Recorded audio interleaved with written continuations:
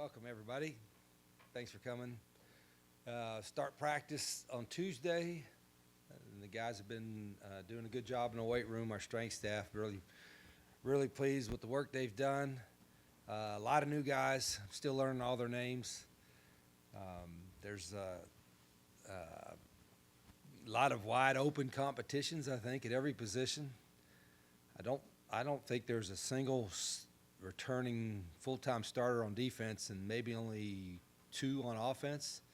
So it's probably might be the least in the country. I'm not sure. I didn't study anybody else, but it's pretty unique. I don't know if I've ever remember not having any on defense and only one or two on offense. But that's why we have spring practice, why we recruit, and I've enjoyed working with the guys the things we've done so far, and really look forward to practice on Tuesday. With that, we'll open it up. So, Rich, start with just spring. What are the keys for you to get out of this spring? Yeah, in particular because it's our first spring together. There's always a little bit more evaluation. Typically, the second and third year, there's less evaluation because you know your roster. Now we've got to do. Part of spring is obviously evaluation and seeing what we got, and then the other part is teaching and the schemes and the fundamentals and all those things. So the first spring is always the most important from that aspect. And then there's another portal period. You used to know what your roster was going to be right now, but it's because there's another portal period. The roster may be looking a little different in May. So it's a little different challenge and a little different dynamics than previous years, but it's also kind of fun and exciting. I'm looking forward to watching our guys compete and evaluate and see what we got. I have some concerns on certain positions, but what coach doesn't? And hopefully by the end of spring, some of those will be alleviated. The portal, that second part, concern. Coaches talk about not playing the spring game because people can evaluate your roster. And are you concerned about getting things out there so guys can evaluate backups? Yeah, good point. I think before you used to worry about, let's not show too much in the spring. You're worried about schemes, like certain plays, whatever. And now, hell, let's not show, they don't want to see your guys see your players because there is tampering. It's rampant. You don't see tampering in the NFL because you'll lose draft picks. You'll get fined. But in college, there's you don't see anybody getting in trouble for tampering.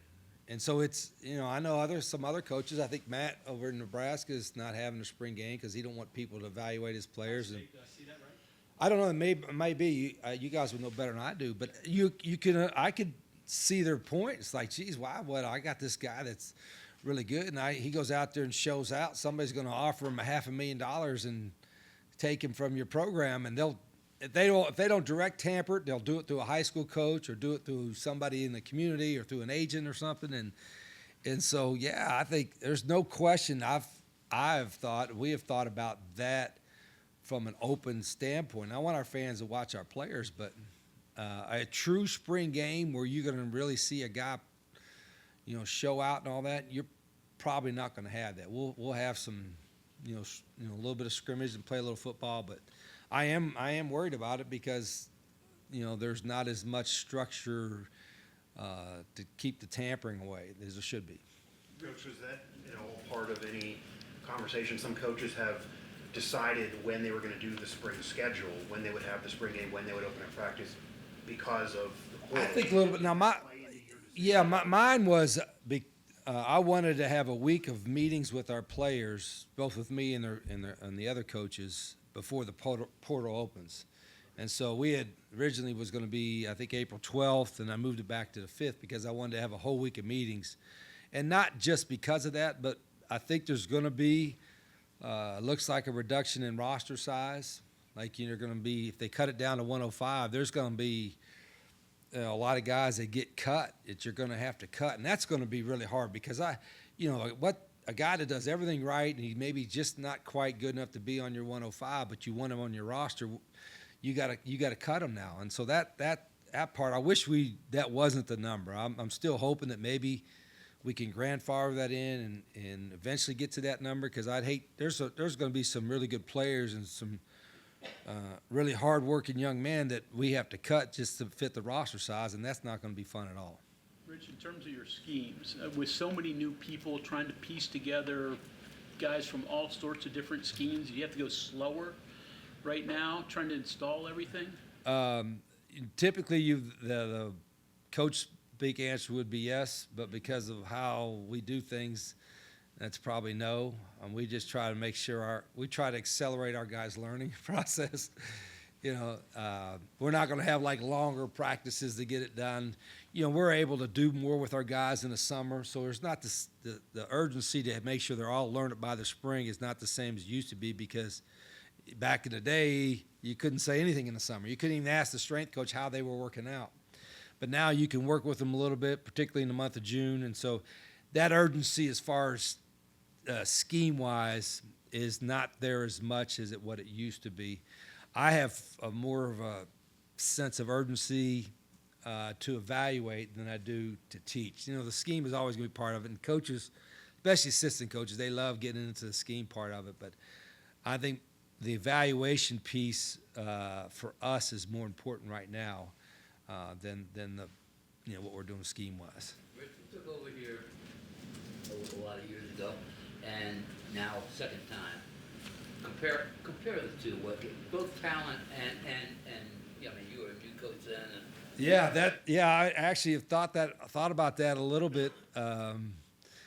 When some of the former players come back, and then my old teammate Steve Newberry came here today. You guys know Steve is great. He's just things have changed so much. But back then, shoot, that was my first job, not as a head coach, but first job as a big school head coach, and so I was still learning a lot and learning on the job. Love it. Like I said, I'd hope I'm a better coach today than I was a year ago.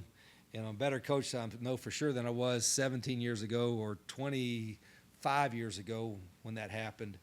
And there's different challenges too, right? Back then, you kind of knew what your roster was, and the periods. Now there's so much roster turnover and different things that you got to deal with as a coach that you didn't have to deal with back then. So you have to evolve, and if you want to win or have success as a coach at this level or any level, you better, if the goalposts are moving, you better move with it. And that's what I've tried to learn and keep doing. But I'm still, every day I try to, I'm kind of a football junkie, and whether it's schemes or recruiting or methods or whatever, I try to learn something every day.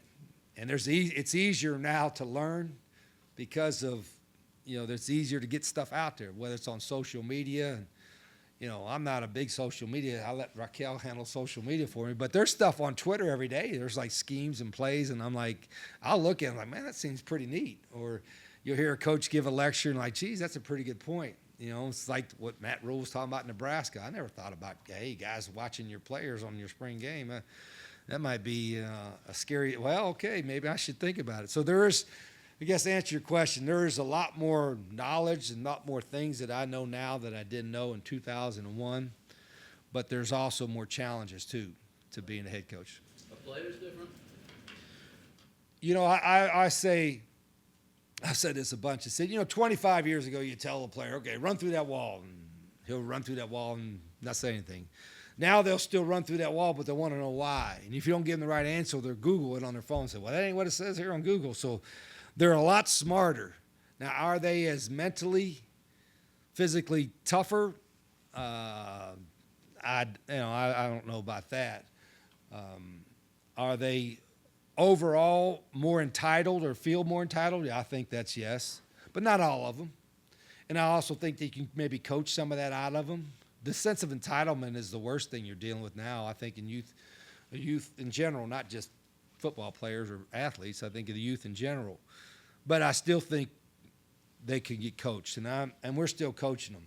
I don't mind telling you, we're going to coach. It's not being old school, it's not like that. I think good players want to be coached. Great players want to be coached. The average ones don't want to be coached. That's kind of my opinion on it. Where's your evaluations? In your evaluations, whether it's toughness or on-field play or whatever, how much can you get out of one-on-one drills, shells, things like that, versus Are there some things you've got to see in 11 on 11? Yeah, I do think there are, as much as you'd hoped you could get everything out of without going 11 on 11 and scrimmaging, whatever. I think you have to have those moments when you're playing football. And it's the same way with a quarterback. I usually typically, if you use your first or second quarterback, you don't have them live, maybe in spring or even the fall camp. But sometimes you got to have them live just to see. They may be different. They run a little faster. Well, that's like the kid I had at Jack State last year, Tyler Huff. I didn't have him in the spring. And in camp, he wasn't live. And he was a good runner, but we wouldn't know for sure. And then it was until we played Louisville, second game of the year, and he was live, and he was all of a sudden making a guy miss and running over DBs. And I'm like, holy cow, this guy's a whole lot better runner than we thought.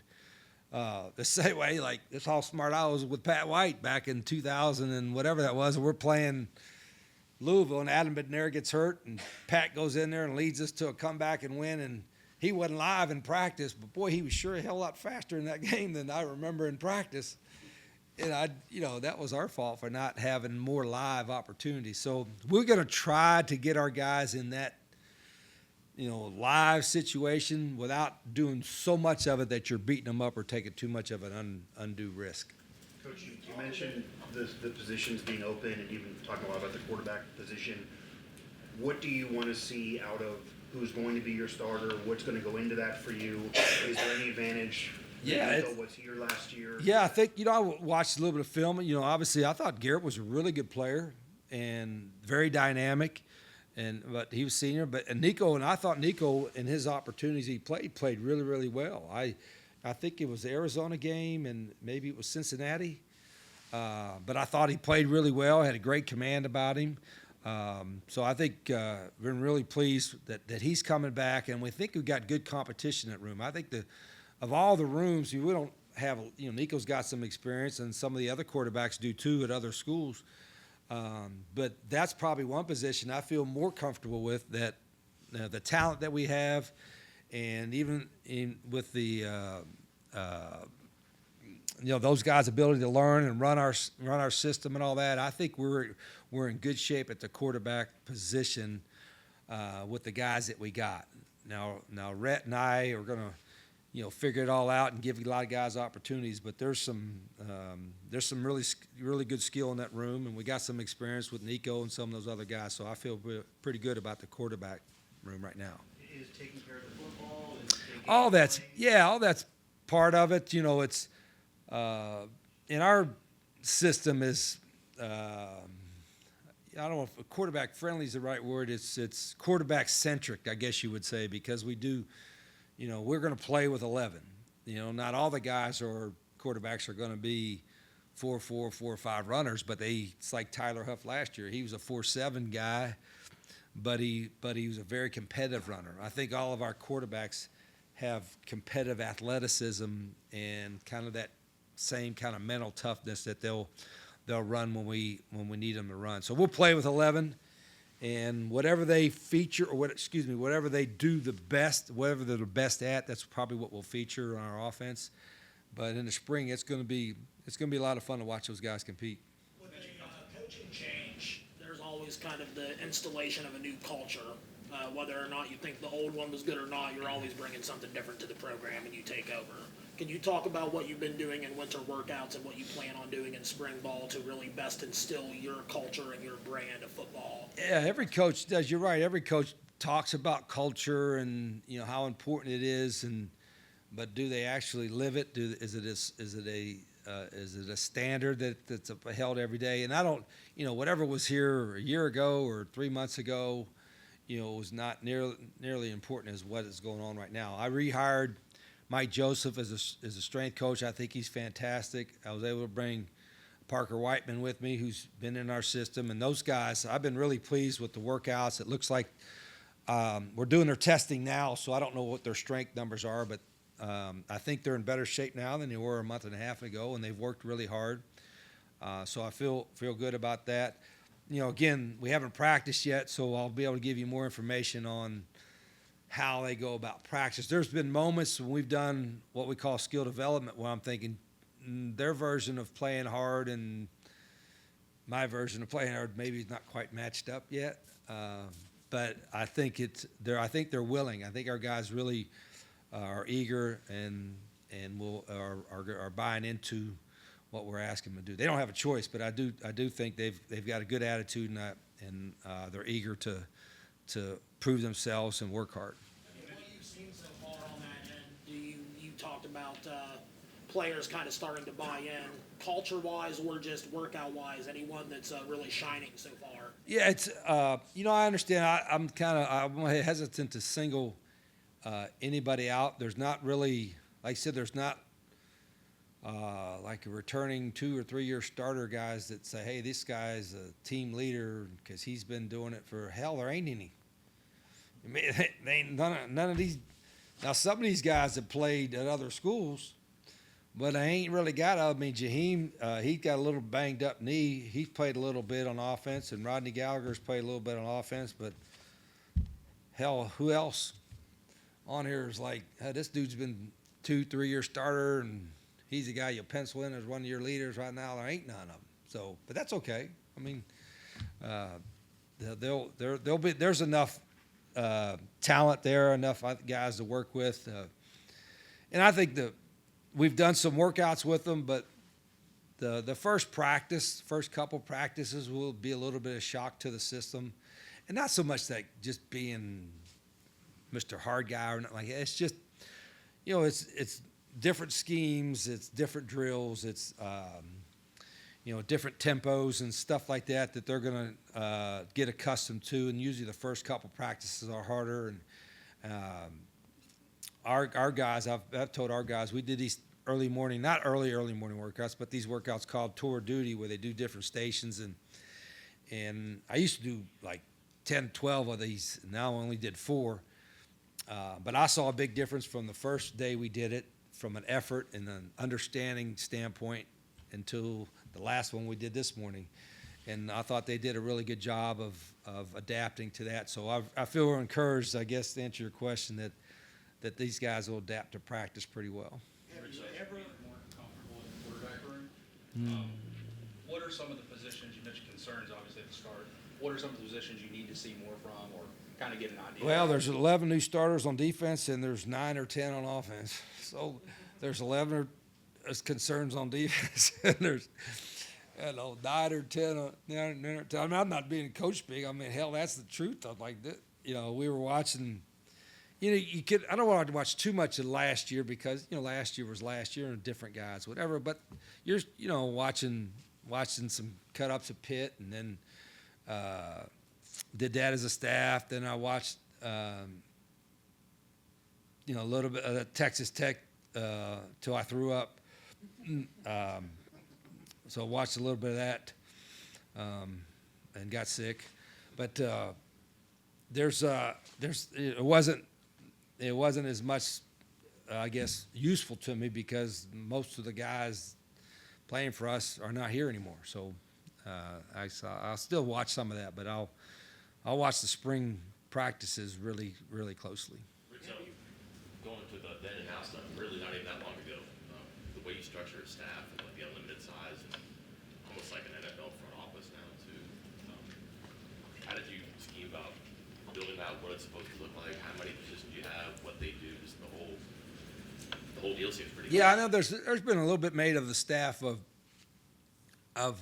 some returning players, and I get the excitement about it, but it's like I told Pat or Noel or those guys that played for me that are now on the coaching staff, as I didn't hire them because of what they did in the 2000s. I hired them for what they can do to help us win right now, and it's important that I'm not just hiring a legacy guy because he's a legacy guy. I'm hiring this guy because what I think he can bring to our staff. He understands not just the culture, but also how we go about doing things in our program. But and staffing is different now. There's no limit on the number of coaches you can have, and you can have too many, I'm sure. But I think I got a nice mix of some experienced guys where I need to have some experience, and some young guys that are going to be really, really good coaches that are learning the craft and can be really good with our guys, and at the same time, you still got to recruit as well. So all that played a factor, and so the staff came together really well. Now I lost the coach, yesterday with Chad. Got the job at Texas, but I feel really good that a lot of the guys that I targeted and wanted to get on our staff I was able to get. So I'm very fortunate with that. Have you ever had a time in your career where you had to replace every offensive lineman on No, this is I can't remember. I know I've never had a time where you had 0 starters returning on defense, and then every lineman and probably 3 of the backups. So yeah, that is it. And again, I think you expect more turnover now because of the transfer portal part of it, but it was also the transfer portal and a bunch of seniors too. So it's a little bit unique. You mentioned losing Chad Stott, so since you brought it up. Yeah. Is there any plan in terms of replacing that position, and how much of a hit is that, because he was going to be retained? Yeah, he was rehired. I don't care, rehired him, and but there's a lot of. I mean, I got agents and coaches blowing me up all in the last 24 hours once word got out wanting to go. So I'll be able to hire a really good coach, and not too concerned with that. But it seems like a good opportunity for Chad, and I don't know him that well, but I think he's a really good coach, and he'll do well with Sark down there in Texas. You're building a team. Obviously, your style of play is a factor in who you bring in, but also, too, the conference you're in, whether it was the Big Ten, does this kid fit what we do against Iowa or whatnot, or Pac-12? Does that play a role in? Not really. That's a good question. I don't really think conference affiliation is really like, you play a different type of guy in the Big Ten than you do in the Big 12 or what was in the Pac-12 or SEC or not. Nah. I mean, I think there's a difference between playing Power 5, Power 4, and Group of 5 from that respect. But hell, I mean, half the teams in the Big 12 were teams that were in the Pac-12 back when I was in the Pac-12. And to me, you get good players and good coaches and interesting schemes. I mean, had been in the SEC before, you saw obviously a little difference in the athleticism on the defensive line. I'm talking big guys that are athletic, 300-pounders that are athletic. But you're seeing some of those at Ohio State and Michigan and the Big Ten too. So, and you're seeing some of those in the Big 12. So I don't think there's a particular style of play that's unique. I think the biggest change now, and not just us, is that there's so much roster turnover and quarterbacks that are, seems like half the starting quarterbacks in Division I are transfer guys, and so there's just so much more movement, so many more moving parts. But I also think sometimes that's an opportunity. Maybe you can go from being at the bottom to being at the top quicker than before, right? Like, Arizona State showed that last year. And we weren't at the bottom last year. We were, where were we at in the Big 12? About in the middle somewhere? We're probably right in the middle. Now, we lost, like I said, 90% of the starters. So we better do a good job of replacing them with new guys or having young guys that sat behind them and getting them ready to play. So long corners, things like that doesn't really play in. Kids with length or that type of stuff? Well, I'm not. Yeah, I know sometimes these all they get. If I'm at Ohio State or Alabama or I'm Dallas Cowboys or New England Patriots, I'm gonna have certain measurables and all that kind of stuff. But I'm not gonna worry about length of the corner. I want corners that can run. I mean, shoot, and run and cover somebody. I'm not doing a dunk contest. You know what I'm saying? So, shit, that length ain't really a big deal to me. But right now, I think we need to get a little faster. I mean, just overall, I think we got some fast guys. We need to get a little faster. Probably need to get a little tougher. Probably need to get a little stronger. Probably need to get a little more explosive. But we'll be all right, I think. I don't know. I mean, like I said, I haven't had a practice with him yet, so. I'm interested in your adjustment to NIL in the sense that I'm guessing the funds available here are greater than at Jacksonville State and Yeah. NIL, obviously it's been around for a while, but was there a temptation that once you got here, oh, hey, we got to spend this and get these these guys, or we need to spread it out? I mean, how do you kind of handle the adjustment to this? Sure, it's a little different. You better have a little bit of a plan other than just grab bagging. It's, and again, it's depending on what you have, but even at Jack State, we created a model of, like, we had an NFL roster, and like, if this is the money that we have, this percentage goes to QB1, this percentage goes to left tackle 2, this percentage goes to corner 1, and kind of like the NFL does a 53-man roster. Like, now we're not going to pay our starting quarterback 18% of your salary cap like you do in the NFL, simply because then you don't have enough money for your team. But we are going to have a kind of an earned success model, whereas if you're the starting left tackle after August camp, you're going to get probably more money than the scout team right tackle. You know what I mean? And you got to have kind of a fair kind of system that you want to do with your players. And so we have that model in place. We have that system ready to go. And some of that's already been implemented. A lot of that will be implemented after, we hope, June 30th, and the rev share comes into play and the school can now pay players. That was a thought process that in July 1, the school takes ownership per se, and then that model kind of starts to take place. And then from what I understand, the NIL part will still be active, but it'll be better regulated through the NCAA, where they have an AI program or somewhere where you're getting legitimate deals, where you're not getting $100,000 to post one thing about an obscure business over here. It's actually value. And I think that's one thing where maybe at West Virginia we have an advantage, because, we're the only Power 4 big school playing football in the state. Folks in Huntington, you hear me out. There's no pro team of NBA, or NFL, or Major League Baseball or something. So our guys are a bigger deal in our state than a lot of similar type of programs in other states. So I think hopefully we can still have some NIL stuff for guys that where there's interest at, and we can get some really good players with that. You're getting an early start on spring ball this year compared to a lot of programs in WVU in the past few years. Yeah, hell, where's this? How long is these winters always? I don't remember these winters lasting. Remember you talking about snow? I don't. How long? You were here in 2007, 2006. It was worse back then. Was it worse back then? I was over in Meigs County in Ohio back then, but I felt like it was worse in Appalachia in general. I mean, it's been getting warm recently. Well, we're fortunate we got an indoor, so if it gets really cold, I want to go outside just because we have more room. But if it's snow on the ground, we're going to be indoors. So, but this is a little earlier start than normal, and it's simply because of the change in the calendar with the transfer portal and all that coming up in April.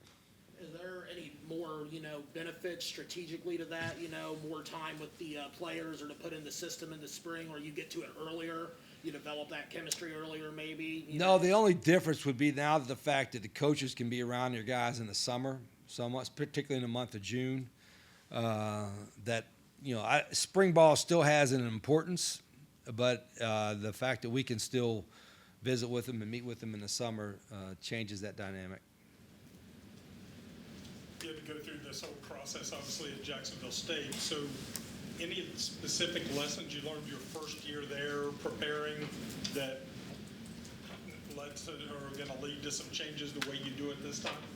You talking about roster-wise? Spring, no, just running spring, going into spring practice. Yeah, I try to remember every, what is this, the seventh different one, or this times two. So the seventh different head coach job. I could probably assure you every first spring was like half miserable, just ugly, just like, golly, new terminology, and are they going to understand how we want to do this? And I think every first-year coach would probably tell you their first spring is always the worst, because you're still learning your players, and and every spring after that becomes a little easier. Even with all the roster, like last year, Jack State, we had 60 new guys, and even with half the roster turning over, it was still easier because it was the third spring, and the returning players knew how to do things. Like right now, none of them know how we go about doing things. So it's a little bit, the first spring, I got to remind myself, remember, it's the first spring, and, I don't want that to be an excuse. So we still got to have urgency to be ready, but it is the first spring, so each spring after this should be easier, I guess. Coaches or staffers, analysts, anything yet that you're really impressed with, or you feel like have made a big impact over the winter? Yeah, there are, but it's like you asking what players are making. I don't want to mention one or two and then leave somebody out because I will. But the staff, like I said, it came together is really well. Really proud with that. And then, I'm really anxious for our players. I've seen a little bit of them through workouts, but I think we got some talented guys. So, and I do think it's important to them. That's part of the deal that, this is an easier environment to kind of stress that, hey, football it's not more important than your family, your religion, your education, or your health, but it's got to be next. And I do think it's important to our guys. We got a great facility. We got a great fan base. It's important to them. So, I think our guys are in a good frame mindset from that standpoint. But I always tell the guys, if something's really, really important to you, you would probably put a whole lot of your effort into it. And my demands or our demands, I don't think are so much different than theirs that would be a problem. You mentioned this being year one. Yeah. And there's been conversation about the expectations. It took you a minute to build it up 20 years ago after a rough first season. But people bring up Kurt Zanetti at Indiana, year one, immediately they're in the playoff. What's your thought process on trying to build it up in year one in this era? Because there is an argument that you can win quicker at a new place in this era, unlike what you could win quicker, or or take you longer. Like you could get more and you can lose more. So you can lose your whole roster, or you can, gain a whole roster back. It is a different dynamic.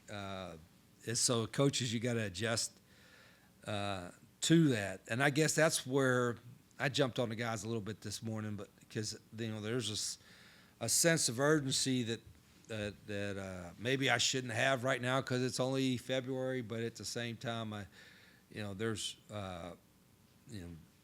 I don't care if we don't have any starters returning. That's not an excuse for us not to have a good football team and not to try to get better. And I told him, I said, I didn't get hired for nostalgia reasons. You know what I mean? I got hired to win. That's why I'm sitting here. Not because they wanted to talk about 2003, 4, 5, 6, 7, whatever it is. I got hired because the expectation is to win. So we're going to try to win. Rich, you do have 7 players who played for you at Jacksonville State. So. Oh, is that how many of us? Yeah. So what kind of advantage is that? They know a little bit about what to expect. Yeah, a couple of them left before I left. Yeah, they got back. Hey, boss, KK, all those nice things I said about you. No, those guys. A couple of them left the year before. But at least those guys have helped, I think, a little bit, just from a standpoint that some of the methods, some of the drills, and certain scheme-wise, it's helped a little bit. I don't know, those guys kind of understand how we do things. They didn't have to adapt to that. But at the same time, they got to prove themselves all over again, too. I think that probably helped Coach Signetti. I don't know how many he brought from James Madison, probably a dozen or so. And I think that probably helped, particularly with the transition. We didn't have that many. But one thing I've been pleased with, our guys they seem eager to learn. You know what I mean? I think, it's not, obviously the quarterbacks are part of it, but they seem very eager to learn our stuff, and it's going to be a fun group to coach. Coach, we got time for 2 more questions. Okay. Justin? Coach, you're talking about some of the changes, obviously, from now to then, portal, and there's also I would imagine, a much different state of affairs of the program, opinions of the program now as when you came in the first time. Does that bring more of a sense of urgency as you come into the second time around? Well, you as far as expecting to win? Well, the first time you came in for Dawn and the program seemed like it was a lot more established. Now it's kind of you know, that you're trying to I rebuild. think it's a little bit more a sign of times too. It's like, nobody has any patience and they want it all right now. And I'm the worst as far as having patience than anybody.